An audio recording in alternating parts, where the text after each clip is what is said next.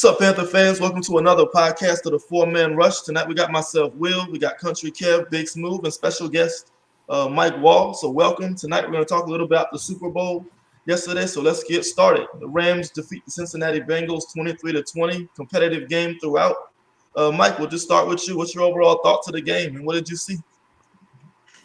It was entertaining. It was a competitive game. You know, I think because of some of the injuries on the Rams side in particular, it turned into maybe a more competitive game. But, you know, at some point last week, the narrative became all about, is that offensive line of the Bengals actually going to be able to hold up, or is Aaron Donald going to be that kryptonite to the Joe Burrow Superman? And at the end of the day, Aaron Donald's the best player in the NFL right now, and he showed why last night.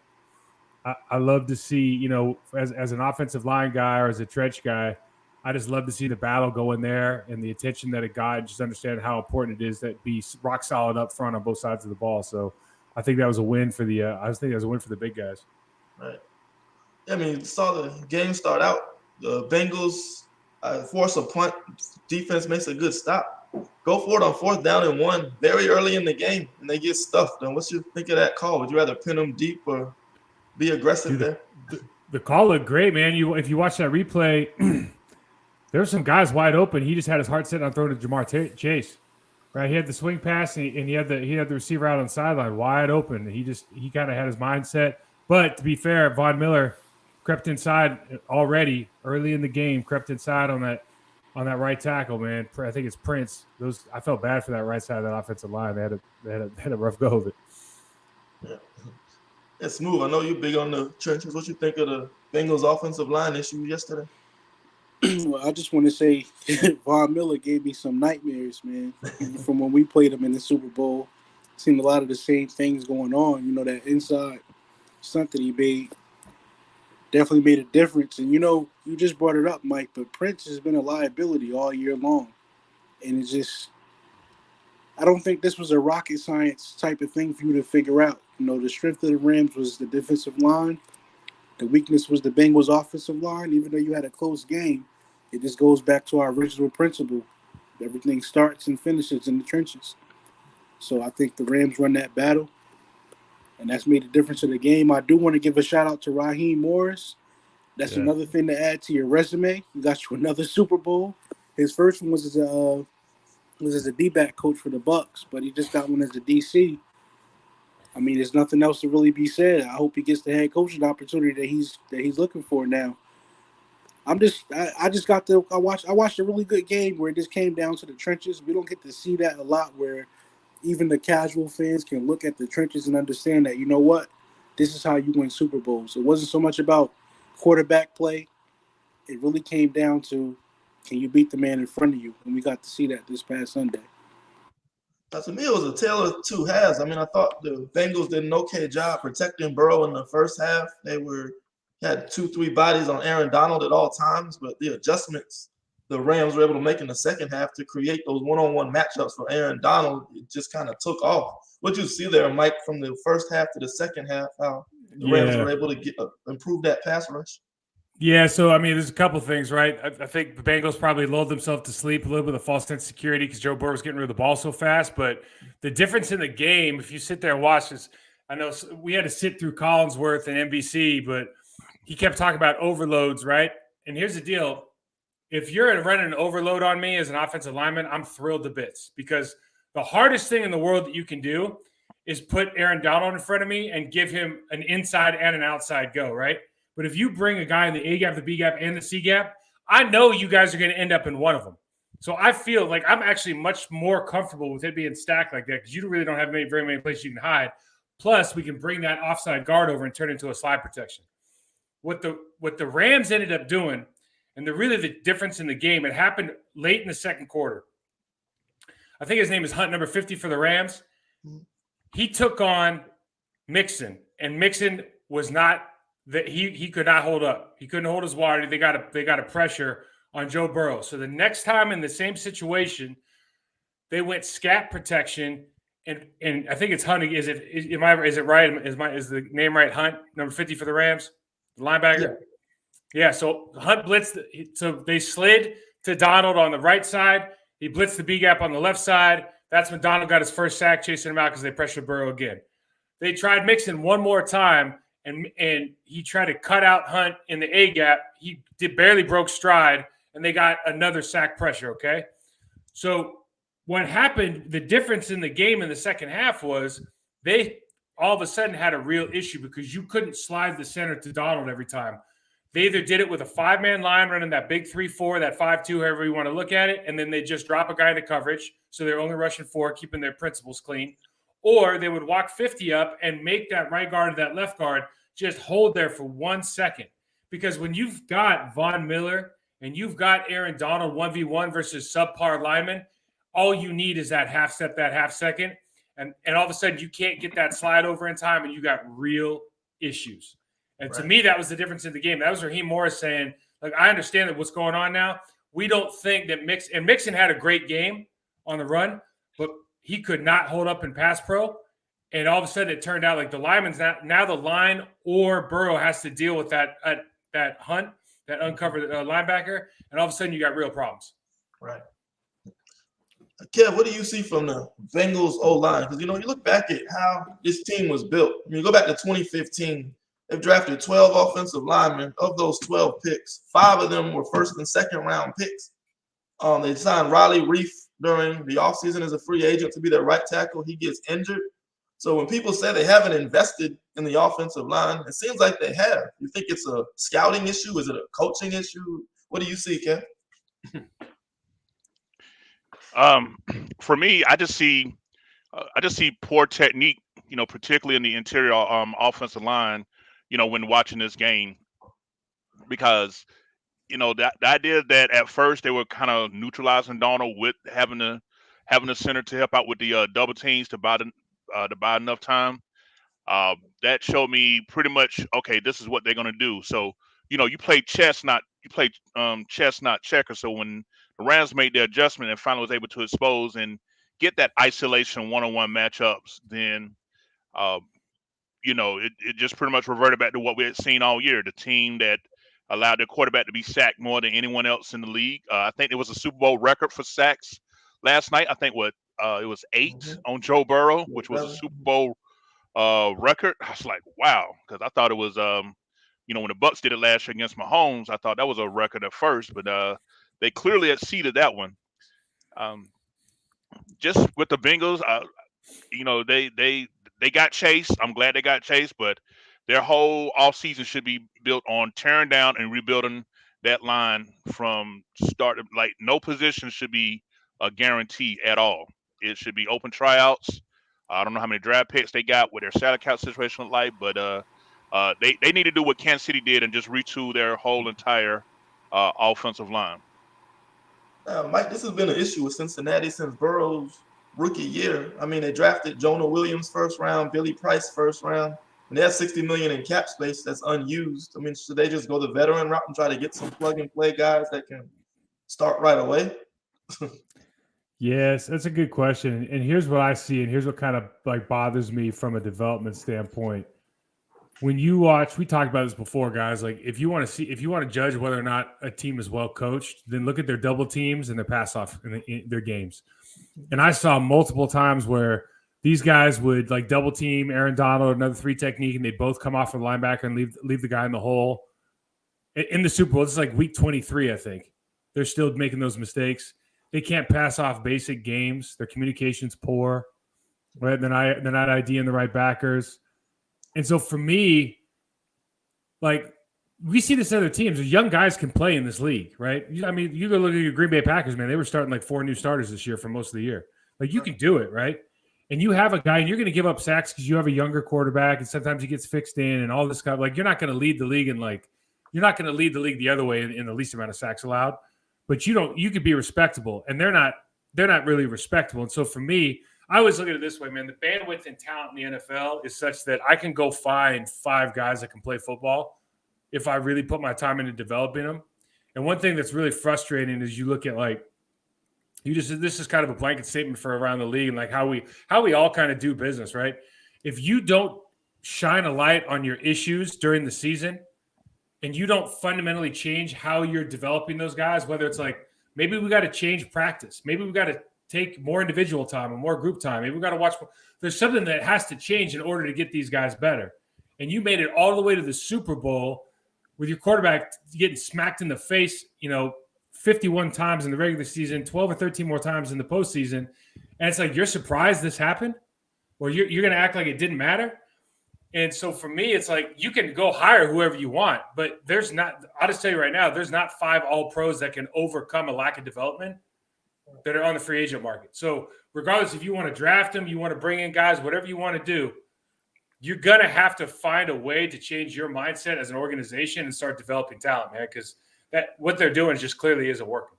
Right. What's your thoughts? Because I know you talked about a little. I know you're familiar with Jonah Williams and Billy Price. Well, Billy Price isn't on the roster anymore. I guess he just couldn't stay healthy. But of those guys I named, only Jonah's even still starting for them right now. Well, I'm leaning towards what Mike has been saying. So you can go ahead and draft whoever you want to. You could. Okay. So. And go ahead. You can draft whoever you want to. You can sign whoever you want to, but if you don't develop the guys right, it's not going to really matter. So I think the concern going into the offseason should be more about who do I have developing these guys? What kind of coaching staff do I have around these guys? Because, well, you brought it up. They drafted over 10 different guys since 2015. Out of that bunch, you can find 5 good football players. It's about developing guys. And what Kevin pointed out earlier is there's just fundamentally flaws. We talked about this a couple of weeks ago. I brought up the fact that the communication is off. Guys aren't picking up the right blitzes and stuff like that. All of that stuff is addressed in the film room. It's not so much addressed in the draft or in free agency. We just got to get better in the film room. So I hope they go ahead and get a coach that can kind of upgrade that area of it. Help guys watch film better, help guys have better stances, help guys communicate better with each other. And that'll be the way to fix that Bengals offensive line.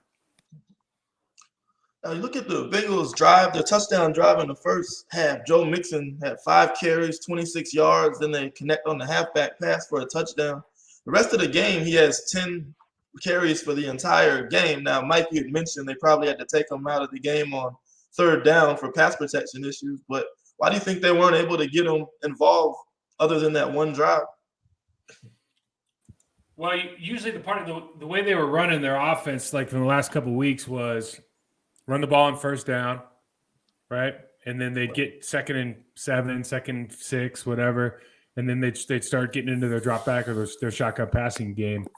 And I think early on in this game, you saw when the Rams came into that 3-4, that 5-2, again, however you want to look at it, but they had basically 5 big guys in there, and they weren't able to run the ball. They were trying to shut it down, and they didn't really try to capitalize on that with the play action pass until the first pass of the second half for a touchdown on that questionable no call versus Ramsey. But the thing about Mixon is he's the kind of kid that can make something out of nothing. And I think he did that. He did a pretty good job of that. But if you kind of watch the game, there's probably only 2 of those plays where he's got clean holes. I mean, the Rams defensive line and the linebackers are beating up the offensive line of the Bengals. They're not really creating push. There's just a couple things here and there that are happening. But when you get into this habit of like, all right, we're going to run on 1st down, then we're going to go shotgun 2nd and 3rd. It's so like for me, it's always where are the screen game? Where's the quick screens? Where's all the stuff to get out of the ball out of the hand a little bit faster? How do we get the quarterback off his spot so he's not in the same spot every time? It's like you got to use all of this stuff, right, to kind of help your quarterback out, your offensive line out. And that's where I think with experience, Zach and that crew will probably be a little better next time they come around. Right. On the other side, I mean, even though they lost, I thought the Bengals defensive line and linebackers played an excellent game as well. I mean, they were playing 2 high safeties, so you had 1 less guy in the box. They were still able to shut down the Rams run attack. I mean, the Rams just couldn't get a consistent run game going all 4 quarters. What did you see from the Bengals that made them so effective? Man, I don't know about you guys, but I thought Hubbard played like a damn all-pro. He looked amazing. Higbee being out for the Rams hurt them. The Rams offensive line, you kind of ever since they lost Stafford, is it Stafford and went to Tennessee? Stafford, yeah. Roger Stafford. He's a hell of a good player, and they just miss that kind of player, like that dynamic, downhill running, aggressive athlete. They just kind of look like they're all playing tummy sticks, kind of just waddle into every position. They just don't look very physical. There's not a wave coming off the ball. Backside the tight ends and the right tackle were struggling against Hubbard. And I mean, the Bengals just played on their side of the line of scrimmage for most of the game. I thought, I didn't think either of these lines was going to do well, but we weren't really talking about the Rams and how really they had the propensity to get beat in the run game because they just don't really come off the ball very hard. Right. I know, Kev, we were always big on DJ Reader, Bengals defensive tackle. I thought he played a pretty good game as well. What'd you see from that Bengals D-line yesterday? Yeah, I mean that Bengals D-line, they brought their lunch pail and their gloves and they went to work. They were determined not to not be the reason why they were not going to win the game. It was just incredible just watching how they just played good fundamental technique. I saw a lot of low pads from the defense line, particularly Reader. I mean, he had 3 quarterback hits, tackle for loss. Henderson. I mean, all them guys, they just pretty much were determined to not to try to make the Rams one-dimensional. And when you look at the stat line, they did. I mean, the Rams didn't even average 2 yards a carry last night.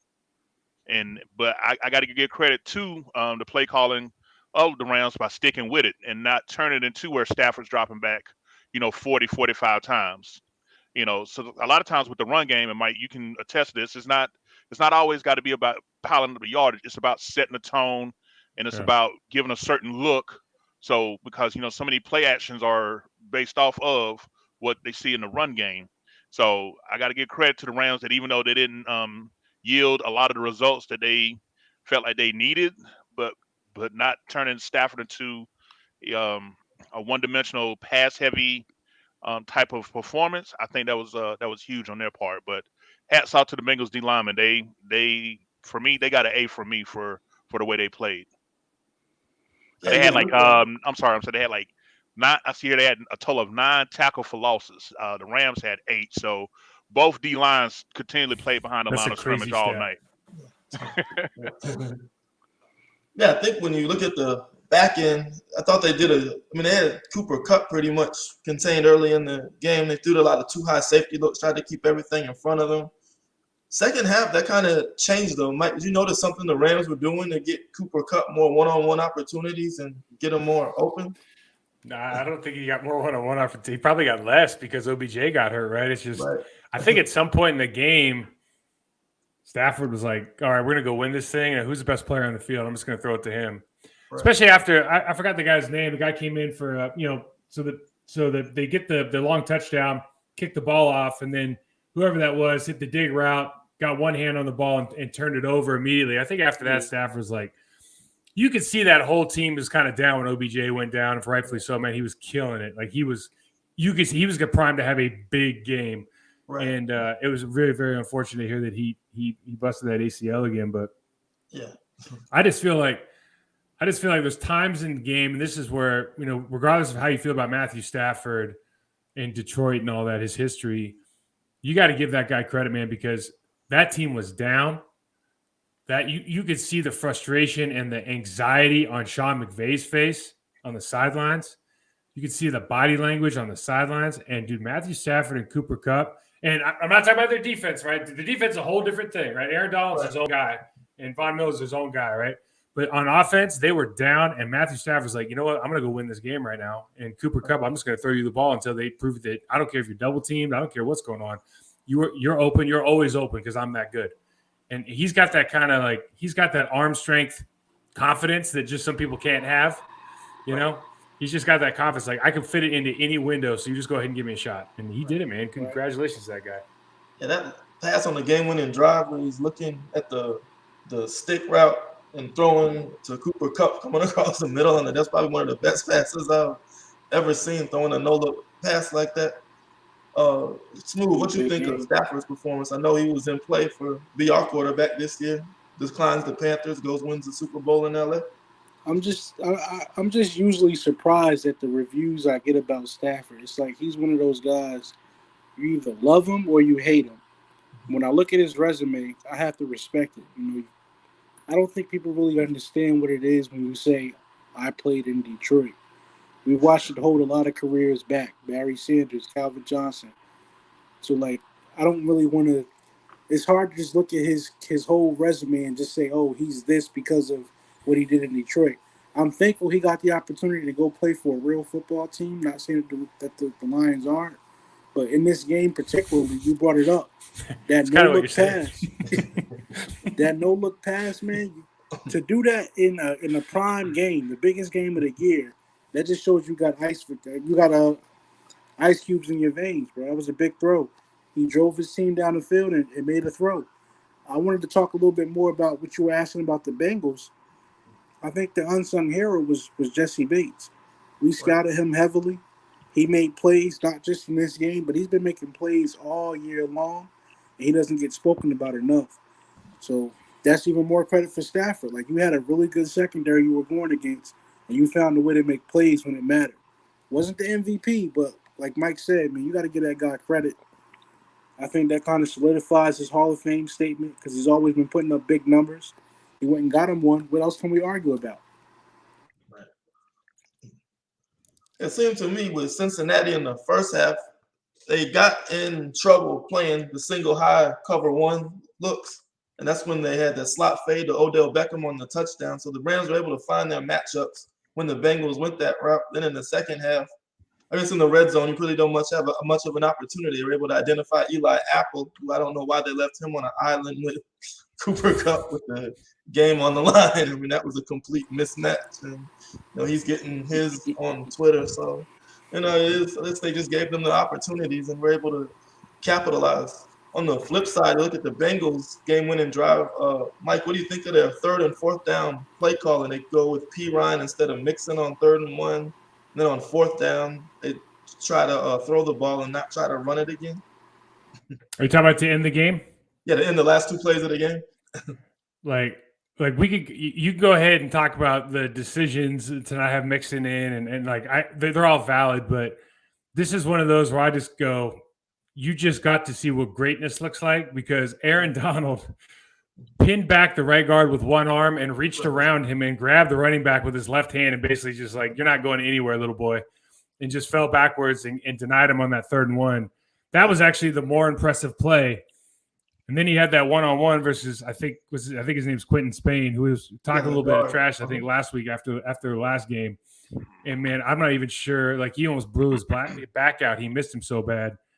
And listen, that's 2 weeks in a row where that dude comes in and ends the game with his arms around the other opposing team's quarterback. Like, it's just amazing how good he is. I don't second guess. If you have Mixon in 3rd and 1, listen, it wasn't really about Mixon, right? It was about the fact that they couldn't get movement. Right. And the thing that probably is the most perplexing thing, if you want to talk about decisions, is why would you run it with the 2 fan blocks on the backside with the right guard, right tackle? Like, why would you put Donald in the hole? I know he's dangerous backside too, but I think he pressed that guy's chest in, like, into the backfield. The first time they tried that on the first 4th and 1, that's how they got blown up the first time, right? The first time they tried the short yardage play. So it's like, why are you going back to that? Like, go back to another. Don't go back to that play. That doesn't make any sense. And you got to throw it on 4th and 1. You got the best player on your team's Joe Burrow, but it's, again, we talk about hindsight stuff. Like, maybe you get him off the spot a little bit. Maybe you run a sweet pass or something like that, trying to keep him flood routes, trying to keep him on the move, because he's Aaron Donald, man. You just knew when they got him back on the field, like, that game was a wrap. Right. And I just think you saw just so much more creativity on the short yardage on the Rams side when they realized they couldn't run it on 3rd and 1. What do? McVay calls that jet sweep to Cooper Kupp, get away from that Bengals defensive line, get them on the perimeter, make a good block on the outside, and they're able to pick up that first down and extend the drive. So just didn't kind of see that creativity from the Bengals, who have weapons and players that can do that. Where were those plays like that with Jamar Chase? Kev, you have any thoughts on that final drive? Yeah, I was just thoroughly impressed with the bad that Sean McVay went in to get to get them in position for the game-winning drive. It's like I said, you could tell the ones that make adjustments and the ones that determine we got to do it this way because this is what we practice all week. And it just seems like that the Rams adjusted and the Bengals did not. I think a lot of times we can just get some coaches can get complacent with their strategy. You mentioned before Will, you and Big Smooth both, like how certain coaches have egos about themselves, like they, on the biggest stage, oh, I got to make this about me versus doing what is fundamentally and logically sound for this particular down and distance. But hey, hats off, man. The fact that Cooper Cup knew that all out was gonna be him, and he still was able to put up. I know he didn't have the big gaudy numbers that he did, but everything he touched was clutch. And except for that throw to Stafford. Right. the Philly Special 2.0. I guess that's I don't know what they're gonna call it, but he missed Stafford by a mile. Yeah, he had a running start and threw it off one foot. I knew it was gonna sell on them. Now, how much they practiced that, who knows? But that was definitely something else. But while I had a chance here, Mike, I want to ask you because I know you played on it here.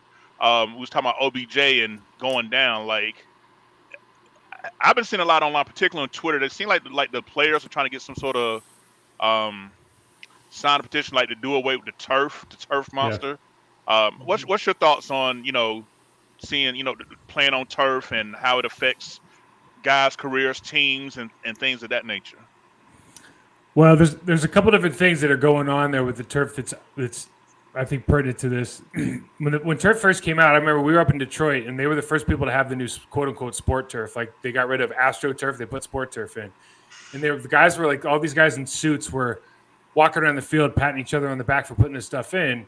And me and Mike Flanagan were out there screwing around. Like, we used to have a tobacco and just go hang out before the game. These guys came over and tell us what a great deal it is and everything, right? And then there were 7 lower body extremity injuries that game. So from the jump, it's been problematic. And they've done a great job at the NFL of kind of, doing some cleat tests and understanding, okay, what kind of cleats you should have on that field because the rotational force, blah, blah, blah. But here's where it really is the problem. Turf is harder on your muscles. In other words, it fatigues the muscles faster than the grass does. It's just a different kind of surface. The absorption and everything is different. So, like when you ask like the speed guys, do they want to be outside hot in the summertime or do they want to be on the turf? They'll be outside hot every time because it just physically hurts them to be on that turf over and over. And the reason is just it fatigues you. And so what do we know about muscles when they fatigue? They don't fire at the rate that they're supposed to. Their firing rate changes. And that's how people get hurt, right? Bottom line. And sometimes I think it's easier for the NFL not to connect those dots because financially it makes more sense to have turf. It's easier to change out. It's easier to keep nice, etc. But, yeah, I wish they'd get rid of it altogether, to be honest, because playing on grass is just so much easier on your joints. Everybody's used to it. And you can have fast grass. You can have old Green Bay Packers 3-inch grass. You can do whatever you want with it, right, to give your team a competitive advantage. But I would love to see them go back to grass. I know it's not necessarily feasible in some of these places, but I'd love to see it. Right. They want to have their concerts. That's it too, right? Like, it's tough to do some of that stuff, and they think about it in terms of what when they build a stadium, they're not thinking about the NFL. Those games are already booked, right? They're thinking about what other can I get the rodeo in here? How many concerts can I get in every month? Like they're thinking about all that other stuff, and they want to do whatever is most kind of financially feasible for them to be able to pack that stadium as often as possible. Yeah, in our case, it's because we got a brand new soccer team that's getting ready to start. So that's why we made the change to turf this past year after all these years of. But soccer guys, there's nobody that hates turf more than soccer players. I'll just tell you right now, there's nobody that hates it more. So you think football players hate turf? Soccer players hate it even more. But it's again, they just don't want because what do they have to do? They have to. The only option these days is to grow it on a field next door and move it in like they used to do down in Houston.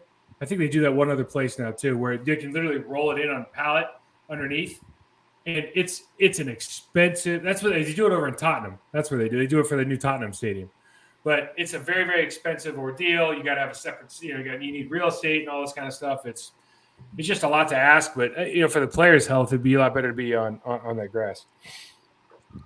And you just see all these new stadiums, full service venues. I think at this stage, how feasible is it to have all these teams have to replace their surface with natural grass? I guess the Rams have kind of a roof open so they can maybe get away with it. But teams like the Cardinals with their new stadium, I don't know how feasible it would be there. So what they do with Houston, what they used to do at least, and remember it's one of those retractable roof places, so it's not always open. But they grow the grass right next door on like a slider, and it just literally slides underneath. And it's real grass. And then when they want to grow, put it back out in the sun, they just go put it back out in the sun. Now there's always problems, right? But it's doable. Like anything's doable, given the fact these guys are all billionaires. It's just how much they want to do it. You know what's crazy? I went to football camp at Rutgers back in like 2005, and they had just got the field turf. It helped my 40 time a whole lot. So straight line athleticism is great for that. Yeah. But I did witness a couple of guys have ACL tears just in a football camp. So I'm not a fan of it at all. I've heard stories about the rubber inside causing cancer and stuff like that. I'm just not a big fan of it, man. I just wish we didn't make that transition, but hopefully somebody can get together and get it out of here. I know it makes the game more exciting because guys are moving faster, but it's just not a good look for player safety, in my opinion. it's interesting. After the concussion movie comes out, the NFL tries to do this campaign overall about player safety. They're going to eliminate hits to the head, all these things, yet they're still allowing these turf fields, which are hard on players' legs. They're encouraging to hit low. So you got guys going low and knocking guys' knees out. Receivers aren't protected. I mean, quarterbacks, I guess, are protected low, but you're a wide receiver in the open field catching a ball. The DB can come take your legs out. And I think that's how Robert Woods got hurt this year. So it's like they just don't have the same emphasis on lower leg injuries with these players. No. So as we wrap up today, I want to talk about a couple of legacies. First, Aaron Donald. You mentioned he was going to retire. I mean, incredible career. 7 All-Pros, 8 Pro Bowls. Is he the greatest defensive player of all time, Mike? Does he have a case? Oh, yeah, he definitely has a case. Now, Lawrence Taylor would be the only person that even comes to mind that might be on the same level. But for at least for the generation that I'm kind of involved with, I would say Aaron Donald is the best player that I've ever seen play. He is the most physically, because it's so much harder to do what he does than to play outside linebacker, defensive end. Because he's getting doubled every single play. He's going against guys, and if you put him in a lineup with all like the best D tackles in the league, and you knew you didn't know anything about football, you'd be like, I'm not going to pick the 6'1" guy. He's only 285 pounds. But he's also the strongest, the fastest, best leverage, most speed, best hands, best feet, and work ethic, football intelligence. Dude's like, he looks like a damn cartoon character. He's so muscle bound. And I've just never seen a guy who, I think I told you guys the story where Steve Smith would be like, I'm looking at the safety. And you'd be like, why aren't you looking at Rondé Barber? He's like, because Rondé Barber doesn't exist in my world. And like, I feel like Aaron Donald feels that way about guards. Like he's kind of looking at the guy who's got to beat after he beats this guy. Like he's that good. And as good as like even John Randall was, I don't remember him being that good. This guy's he's next level. You're absolutely right. Like 6'2", 285, I think. Yeah, 6'1", 284. Mike, John Randall was a great comparison. Yeah, John. He's like John Randall to me. He's like John Randall 2.0. And, yeah, they have like a little bit different styles. John would beat you on his first move. He'd get back in front of you on his second, and he'd beat you again with the third, and he'd get a sack on the third move. He was that kind of guy. Yeah. Whereas Donald has, I mean, the game is so more efficient now, just the way that they think about pass rush and everything. It's a little bit simplified, but he's so precise with his hands and his feet, and they're so well tied together that, I mean, when he beats guys now, it's like he shouldn't be able to beat guys that bad. And I don't, they're just like out loud, you go, why would I, if I'm 6'5", 320 pounds, why would I allow a 6 foot, 285 pound guy anywhere near my body? Like, why would I do that? Why would I keep him completely extended? But he does it every game. So you're like, maybe, we're watching on TV going, man, I must be missing something because he just keeps doing the same stuff. And he is an absolute He's an absolute killer, man. It was so. If he's done, I feel lucky that I got to watch him. He's that good. He's like I'll go get my popcorn. I'll watch him whenever he's on. Since we talking about guys being done, Mike, what you think about Andrew Whitworth, 40 years old, playing in the Super Bowl at a high level? Yeah, that was nuts, man. I mean, I never imagined playing until 40, and I mean, when Witt came in the game, he's a massive human. Like he's one of those dudes who's just kind of next level big. Always moved pretty well. He used to play guard with the Bengals actually before he played tackle. And what's been crazy is, he's lost a step probably. And, we were kind of talking about he's maybe not the most physical player in the world, but for the size he is, his durability, like most guys at that age, his joints are breaking down and whatnot. And he just seems to play with a level head. He's got that huge, football intelligence. He kind of knows how to cheat the game a little bit and picking up little half seconds here and there. But it's incredibly impressive, man. Like I literally, when I was 40 years old, to even think, even if I was completely healthy, no shoulders, no nothing, to think about playing ball and against guys at this level, it's incredibly impressive, man. I'll tell you one. I'll give you one that to kind of compare it to. Bruce Matthews. You guys remember the name Bruce Matthews? Okay, so absolutely. Bruce Matthews was an all-time player, but I would say honestly, he was playing with Tennessee probably the last 5 years he was playing. He shouldn't have been playing. Like he didn't deserve to be in the game. They would like start him to keep the starting streak going. Then like somebody else would come in like after the first series.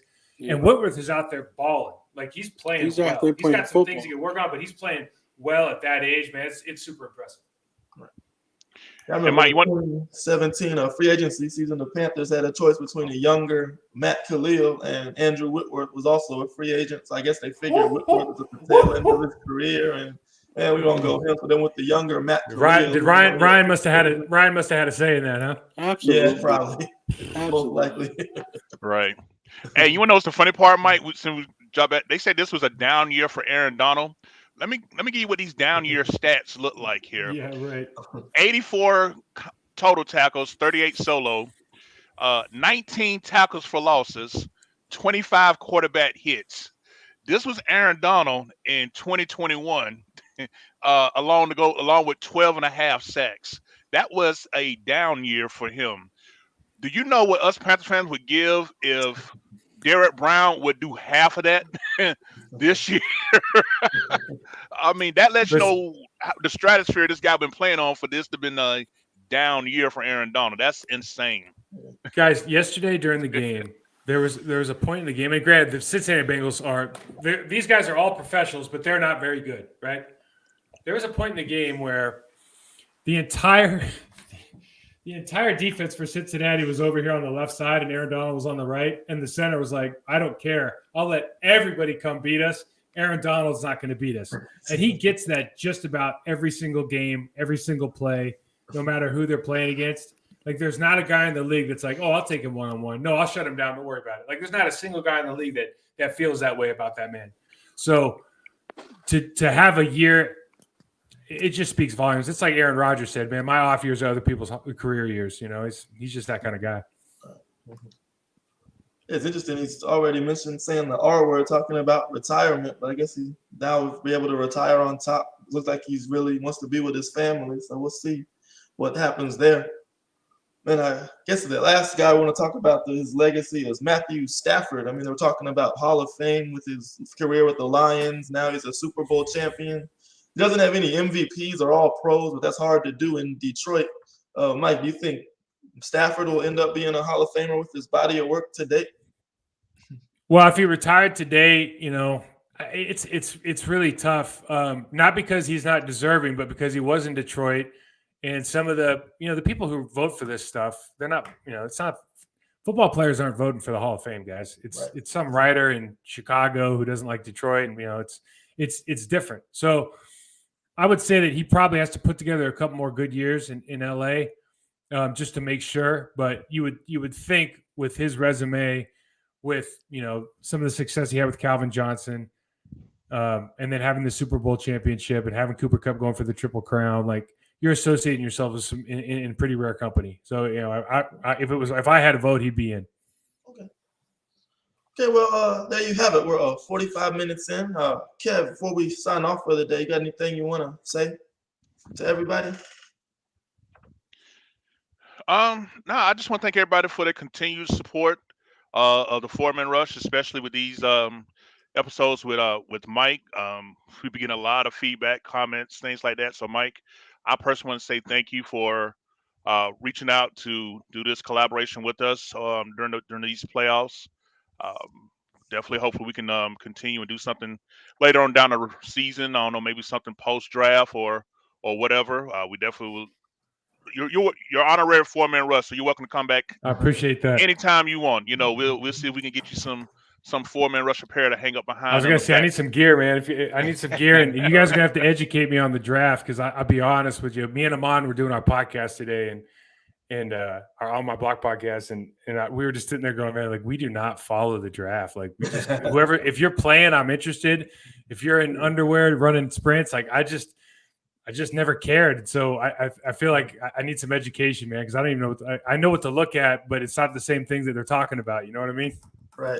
Right. Well, we actually got a couple of guys on our staff who played college ball and college coaches here who have been definitely schooling guys like myself on it. So that you definitely want to follow along. One is on Twitter, the Panthers Den. He's one, Okay. and was it Coach V Holmes? Is that the other one, Will, for Vince? Yep. Yeah. So we'll tag them on your Twitter. They are we're blessed to have them. So if you're looking to get a little draft 1-on-1, we'll be glad to bring you in. It's better Mel Kiper.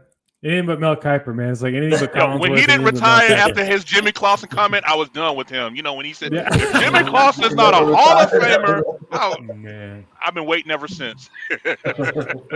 Jimmy, I forgot about that name. You guys haven't though, I bet. Hey, that's the draft pick that got us Cam. So hey, That's true. No, What's gonna Mike, happen with Cam this year? Is he coming back? Has he had any word? They want him back, but I mean, I think it's just gonna depend on contract situation as always. And he said he doesn't want to come back to a 5-12 team, so Right. I guess they got to put a better roster together to convince him to stay. Hopefully.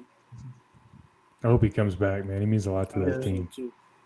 Mike, means with a the lot for season sure. over, you want to tell everybody about what you got going on with Process to Perform and as we approach the off season? Yeah, the process of performance. So it's just a platform I use to help players, parents, and coaches try to reach elite, man. So we still running the Process to Perform podcast. That'll be coming out on Wednesday this week. Some Super Bowl reflections, some lessons from the NFL season. Trying to get a lot of interviews in with some professionals in different aspects of sport, whether that's performance psychology, strength and conditioning, players, coaches, etc. And then always people that are kind of willing to, or people that are looking to get to that next level and are committed to their cause. Like we have a total athlete development platform and a coaching seminar now that I think is going to hopefully continue to help a lot of athletes and start to help a lot of coaches kind of get to their best. So really excited about the future here, and it's going to be a fun off season. Okay, great. Well, again, appreciate you for joining us these past few weeks. Hope to have you on again later in the year as we approach the draft. Everybody else, thank you for tuning in tonight. We'll cut it off short at 45 minutes, so just tune in next week. We'll start to tout our draft coverage. You got one more thing on Facebook? Yeah, I just want to. Right. I want to let you guys know this weekend was really surreal for me. I intended to just be all in on football, all in on the Super Bowl, but I had to fly home to Jersey to bury one of my first teammates, Kyle Brummer. I just want to give him a shout out. I want to give my class of 2006 a shout out for the guys that came out and showed support to his family. He was my best friend, man, going through football. My first injury was with him doing angle pursuit. I hit him so hard I collapsed and separated my shoulder. That was one of the things that came to mind when I just thought about him. But he passed away last week. I went home, met up with a bunch of my classmates and old teammates, and we all got to come together and talk and just reminisce about some of our good memories. And it's relevant to this podcast because football is a great way to just express love. I just want y'all to know that, if you got people that you care about, family, friends, teammates, etc., just try to let them know that you love them. I just want y'all to know that number 77, Kyle Brummer, always in my heart, man. Love you to death, bro. Yeah, definitely. Sorry for your loss. Prayers to your family. I know prayers to Kevin's family as well. So hopefully everybody can, appreciate people while you have them here, right? Oh, most definitely, most definitely. Okay. Absolutely, man. Keep pounding, everybody out there. Just keep pounding. Mike, you keep pounding. You a Panther with us forever. I appreciate that. Yeah. Okay. Hey, speaking Again, of which, how about appreciate Sam everyone. Mills? One more, Oh yeah. one more thing. Congratulations to Sam Absolutely. Mills' Oh family. yeah. Huh? I forgot to mention that. Like that, about time, right? That was a big Yeah, Right. deal, About man. time. I know. on Yeah, his last round too. I'm Yeah. glad. Yeah. Yeah. I About saw it was time. good to see Sam Mills the third there representing them. dude, they're taking care of that defense too, huh? They got Seymour, Bryant Young. Yep. BY was a beast, bro. Right. BY was. I That's a mean, fact. Seymour was an absolute legend. Like Oh yeah. those guys might not have those those sack stats, but I'm telling you right now, when Seymour was on the docket that year, you're like, oh, fuck. Yeah. You It start was cracking great your to neck, hear man. Steve It's Smith gonna be talk one of them about games, Sam bro. Mills and his impact on the locker room and basically built the entire culture of the Panthers. I mean, my first memory was in '96, I think, beating the Cowboys in the playoffs. He had the game-winning play that game, so definitely a long-term impact on both Panthers and the Saints. Part of that dome patrol. That was one of the best defensive units ever put together. That's a fact, man. I appreciate y'all, man, for letting me on tonight, man. Definitely appreciate it. This was a Okay. rough weekend for me, man. It was good to come on here and laugh and talk with you guys, man. Because I've been in a weird place these last few days, but I appreciate you. Okay. Well, thank you, man. Yeah, and thank you, Mike, for joining us tonight. Thank you, everybody, for tuning in. If you missed this podcast, you can catch it on YouTube, Spotify, and iTunes. Keep pounding. We'll see you guys in a week.